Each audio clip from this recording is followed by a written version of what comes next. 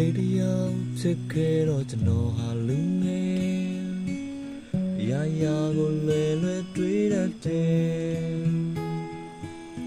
ထင်ရတဲ့ကျွန်တော်လေးလုံးတတ်တယ်လူငယ်မရလန်းရှောင်းကြောက်တတ်တော့လူငယ်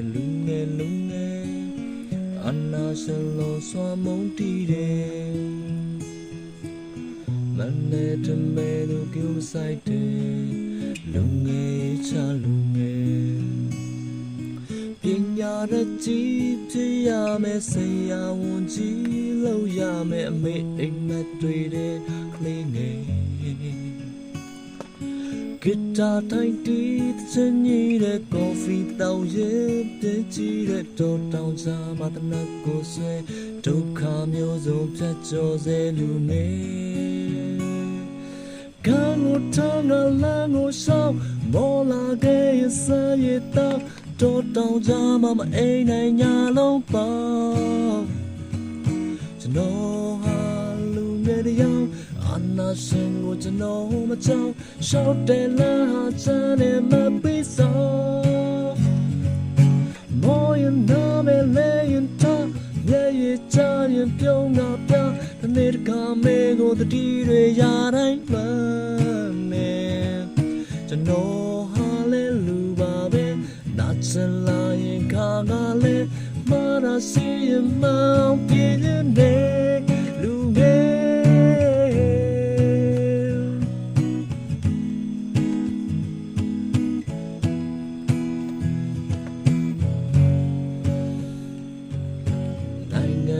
ချောင်းပဲကွယ်တော့လူငယ်တွေအရာရာပေးဆက်တယ်အဲ့ဒီတော့လူငယ်တွေလွယ်လွယ်ပဲကွယ်တယ်ခေရဲ့လူငယ်ပညာရကြီးဖြစ်ရမယ်ဆရာဝန်ကြီးလို့ရမေအိမ်မက်တွေတဲ့ကလေးငယ်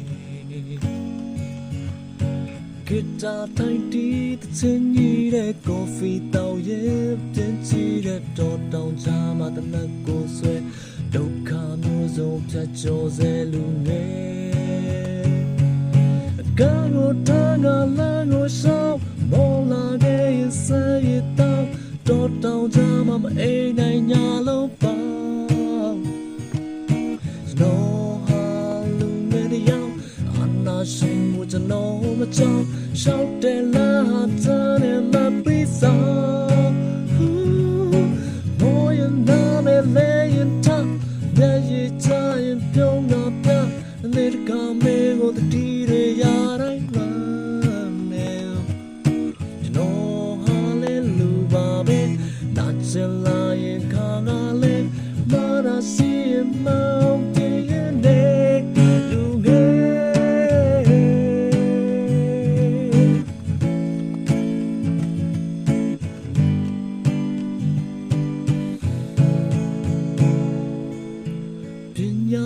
ကြီးဖြစ်ရမယ်ဆရာဝန်ကြီးလို့ရ